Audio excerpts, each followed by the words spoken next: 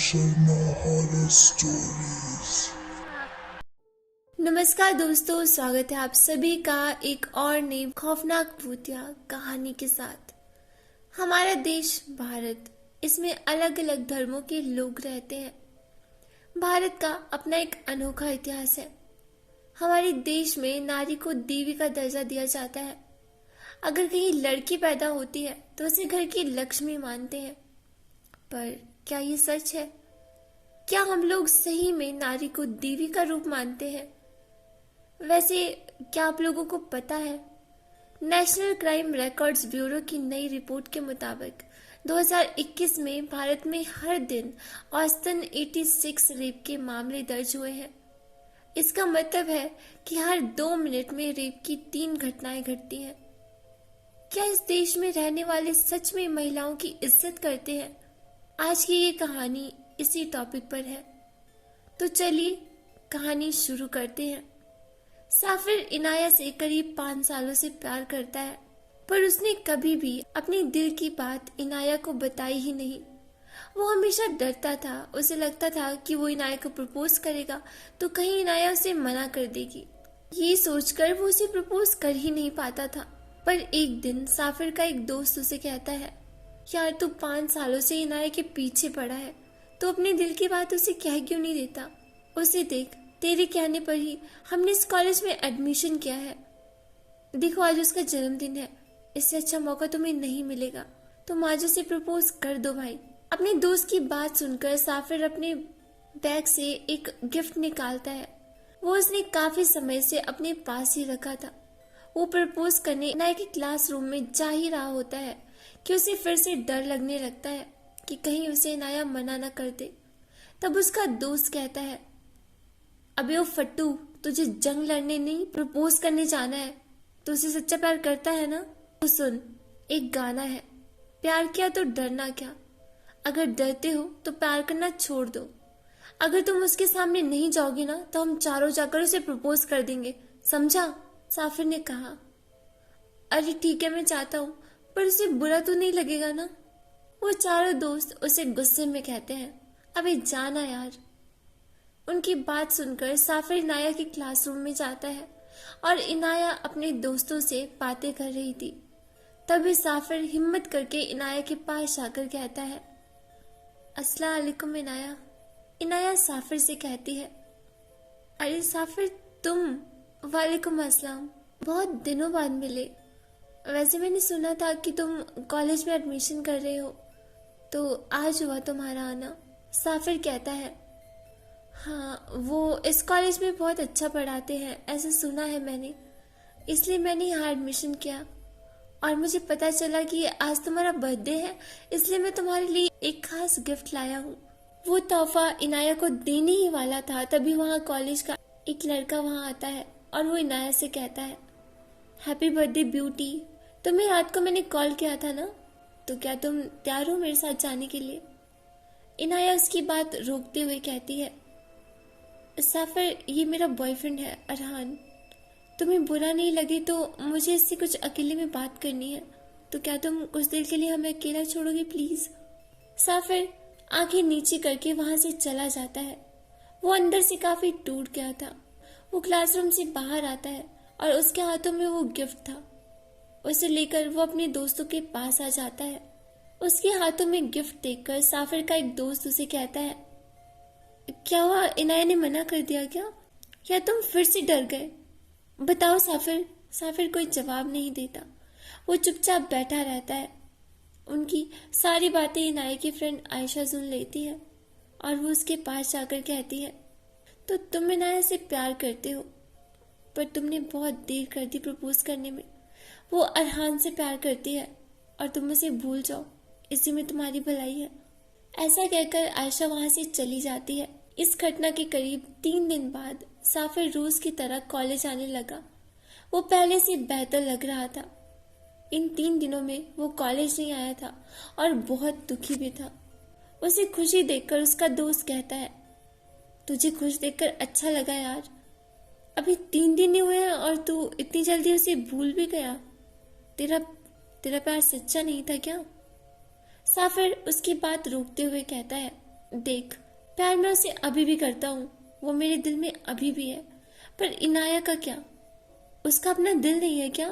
वो किसे प्यार करे, किसे अपना दिल दे, वो उसकी मर्जी है। मैं जबरदस्ती करके उसे प्यार करने के लिए मजबूर क्यों करूं?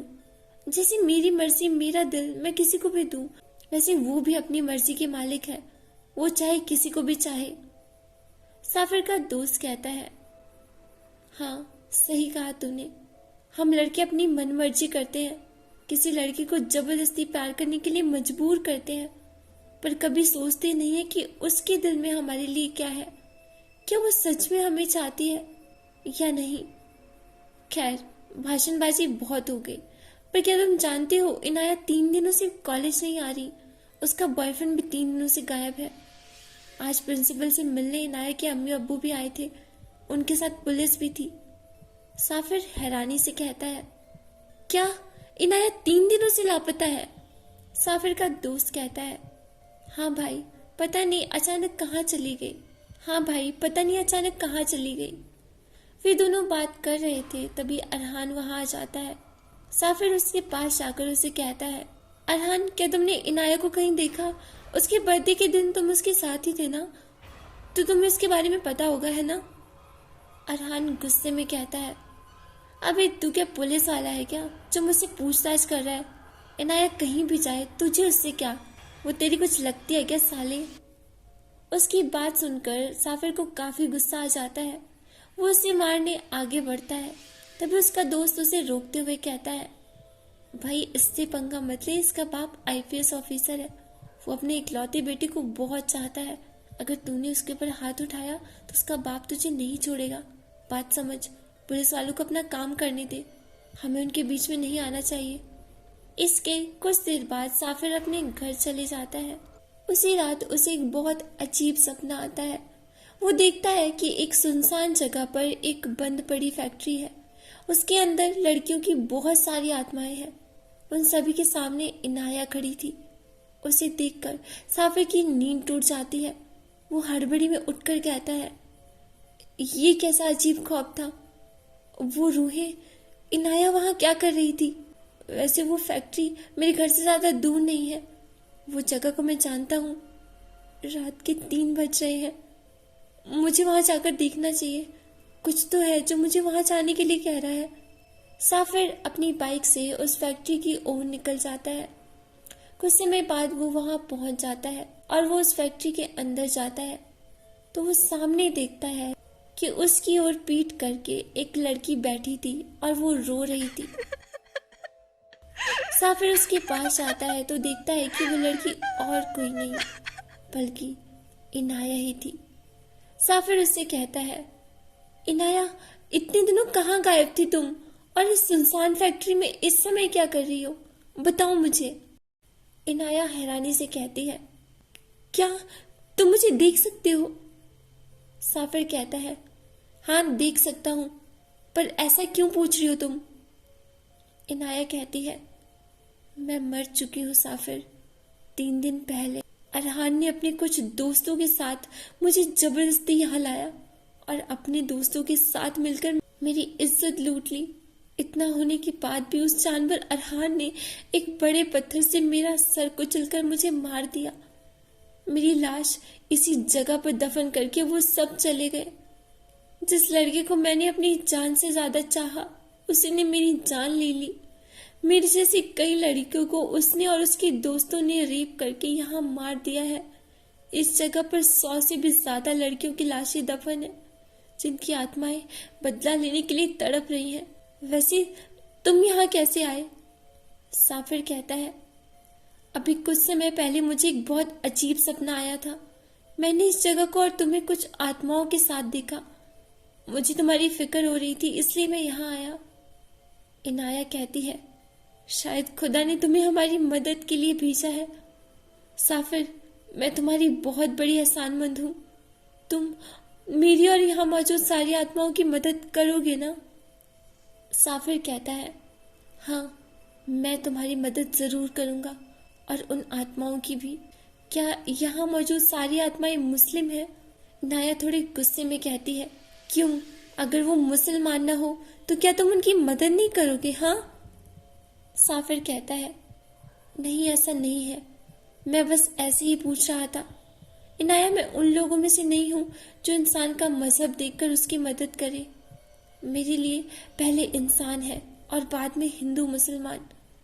वो तो मैं जानना चाहता था कि उनके साथ किस किस ने गलत काम किया है। इनाया कहती है, हाँ सही कहा तुमने, पर कुछ इंसान होते हैं जो लड़कियों के साथ ऐसा बुरा काम करते हैं। ऐसे इंसानों का कोई धर्म जात नहीं होती, वो सिर्फ शैतान होते हैं जिन्हें मारना जरूरी होता है। ये सारी रूहें तुम्हारे शरीर में आकर उनसे अपना बदला लेंगी। क्या तुम तैयार हो इसके लिए? साफिर हामी भरता है और वहां की सारी आत्माएं उसके शरीर में प्रवेश कर लेती है। उस रात जितने भी लोग उन लड़कियों की मौत का कारण बने थे, वो सभी एक एक करके खौफनाक मौत से मारे जाते हैं। साफिर के अंदर की वो आत्माएं उन रेप करने वालों को बहुत दर्दनाक मौत देती हैं। किसी को जानवर की तरह नोचकर फाड़ देती हैं और किसी को इतना तड़पाती कि वो मौत के लिए भीख मांगने लगता। ऐसे उस रात में मौत का भयानक कहर बरस रहा था। हर शहर के अलग अलग जगह पर आदमियों की खून से सनी लाशें पड़ी थी। इसके बाद साफिर अरहान के घर आ गया। वो उसे खींचकर घर से बाहर ले आता है। अरहान अपने जेब से एक खंजर निकालकर साफिर के पेट में घुसा देता है और उसे दूर हटा देता है। उसके पिता गन लेकर दरवाजे के पीछे खड़े हो जाते हैं। साफिर अरहान से गुस्से में कहता है, तू इंसान है या जानवर? एक मासूम लड़की जो तुझे अंधों की तरह प्यार करती थी, तूने उसे इतनी दर्दनाक मौत दी। तुझे थोड़ा सा भी रहम नहीं आया उस पर? अरहान कहता है, अच्छा तो तुझे पता चल गया कि मैंने इनाया को मारा है। कोई नहीं, मैं तुझे भी उसके पास भेज दूंगा। और ये प्यार व्यार का क्या नाटक सुना रहा है तू? प्यार से बड़ी हवस होती है जो लड़कियों से मिलकर पूरी होती है। मुझे जो लड़की पसंद आती है ना, तो मैं उसके साथ एक गेम खेलता हूँ। पता है उस गेम का क्या नाम है? प्यार। कुछ लड़कियां इस गेम को बहुत पसंद करती हैं। जब मैं उन्हें अपने जाल में फंसा देता हूँ ना, तो वे लोग ना वो सब करने के लिए तैयार हो जाती हैं जो मैं कहता हूँ। पर इनाया ऐसी नहीं थी। वो नहीं मानी। बेवकूफ की तरह मुझे शादी के बाद ये सब करने को कह रही थी। मुझे बहुत गुस्सा आया और फिर मैंने उसे कॉलेज से उठाया। उसके बाद इतना कहकर वो जोर जोर से हंसने लगा। उसकी बात सुनकर इनाया को बहुत गुस्सा आया और वो साफिर के शरीर में प्रवेश करके अरहान को मारने आगे बढ़ती ही है। तभी अरहान के पिता सामने आ जाते हैं और वो कहते हैं, माफ कर दो मुझे, शायद मेरी लाड प्यार ने इसे ऐसा जानवर बना दिया। मैंने इसे जरूरत से ज्यादा छूट दी थी। अब इसे सजा कानून देगा। मैं तुम्हारे साथ हूँ। साफिर के मुंह से दो आवाजें निकलती हैं, एक उसकी और दूसरी इनाया की, और वो कहते हैं, तुम्हारे इस बेटे की जगह कोई बेटी होती, उसके साथ कोई रेप करके उसे मार देता, तो तब भी क्या तुम कानून का साथ देते? मुझे बताओ, कानून ऐसे लोगों को क्या सजा देगा? उम्र कैद या फांसी? एक लड़की की इज्जत लूटने में इन्होंने एक सेकंड में नहीं लगाया, पर इनका अपराध पता होते हुए भी कानून तुरंत इन्हें सजा क्यों नहीं देता? हाँ, मेरी और मेरी जैसी कितनी लड़कियों की पूरी जिंदगी बर्बाद करके इसे कानून को सौंप दूं? मेरा इंसाफ इससे अलग है। यहाँ का कानून जिंदा व्यक्ति पर लागू होता है, पर मैं एक आत्मा हूँ, इसे तो मरना होगा। वो बात कर ही रहे थे कि अरहान अपने पिता की गन छीन लेता है और साफिर को मारने ही वाला होता है कि तभी साफिर अपने पेट का खंजर निकाल के अरहान का सीना चीर देता है और उसे घसीटते हुए एक जगह पर फेंक देता है और बाजू में एक बड़ा पत्थर उठाकर वो अरहान के सर पर इतना जोर से मारता है कि उसके सर की बहुत बेकार हालत हो जाती है और वो बहुत दर्दनाक मौत से मरता है। इसके अगले दिन अरहान के पिता उस फैक्ट्री से वो सारी लाशें निकलवा लेते हैं। इसकी खबर न्यूज में भी आती है और उसके साथ रात में करीब 24 लोगों की बेदर्दी से हत्या हुई है। वो सब उन सब पर बलात्कार और खून का आरोप था जो साबित नहीं हुए थे। शायद किसी ने इस कारणवश बेरहमी से मारा है। इस घटना के 7 दिन बाद साफिर अपने क्लासरूम में बैठा हुआ था। उसके साथ इनाया की आत्मा भी थी।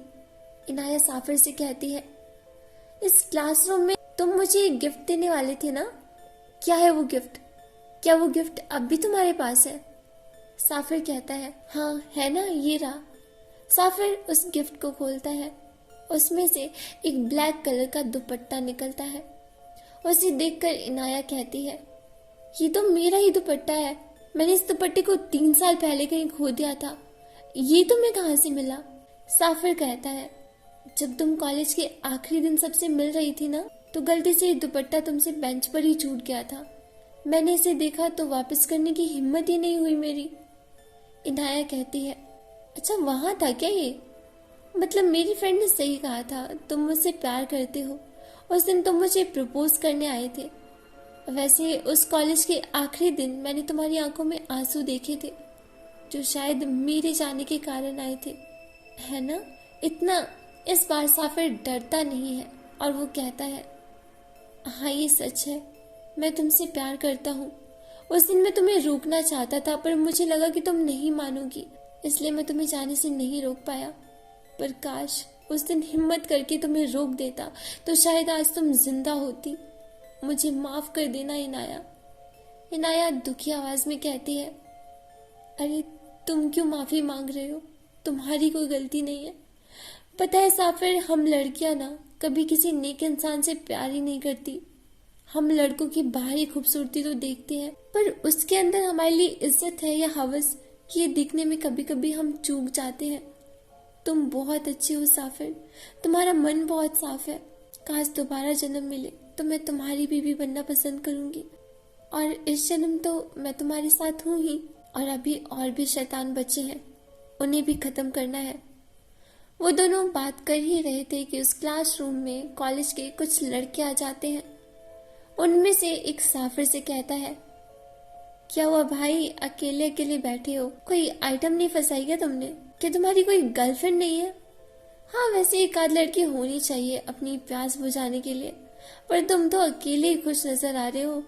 कल ईद है, इसलिए तुम इतने खुश तो नहीं हो ना? क्या प्लान है कल का? किसी आइटम के साथ घूमने जा रहे हो क्या?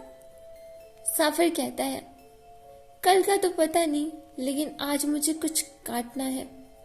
लड़का कहता है, क्या काटना है भाई? साफिर कहता है, एक मुर्गा काटना है बिरयानी बनाने के लिए। उसी रात वो लड़का कॉलेज की किसी लड़की को बेहोशी की हालत में अपनी कार से कहीं ले जा रहा था। आगे एक रास्ते पर जाकर उसकी कार का एक टायर पंचर हो गया। वो हेडलाइट की रोशनी से सामने देखता है कि एक आदमी कार के सामने खड़ा था। उसका चेहरा काले रंग के दुपट्टे से ढका हुआ था। वो उसे कार से बाहर निकल के कहता है, हाँ कल ईद है, जिसे नेक इंसान मनाते हैं, जिनका मन साफ होता है, पर तेरे जैसे शैतान का यहाँ कोई काम नहीं। इतना कहकर वो उस लड़के का सर पत्थर से कुचल देता है और अपना दुपट्टा हटाकर वो इनाया से कहता है, ईद चांद नजर आ गया है इनाया, तुम्हें ईद मुबारक हो। इनाया साफिर से कहती है, तुम्हें भी साफिर चांद और ईद दोनों मुबारक हो। तो दोस्तों ये थी हमारी आज की खौफनाक भूतिया कहानी। आई होप आपको ये स्टोरी पसंद आई होगी। अगर पसंद आई हो तो प्लीज इस वीडियो को लाइक करना, शेयर करना, और हाँ अगर आपको ऐसी ही और मजेदार भूतिया खौफनाक कहानियां सुननी है तो मेरे चैनल को जरूर सब्सक्राइब करना। ऐसी ही और मजेदार कहानियां आपको मेरे चैनल पर मिल जाएंगी। तो मिलते हैं अगली वीडियो में किसी ऐसी ही खौफनाक भूतिया कहानी के साथ।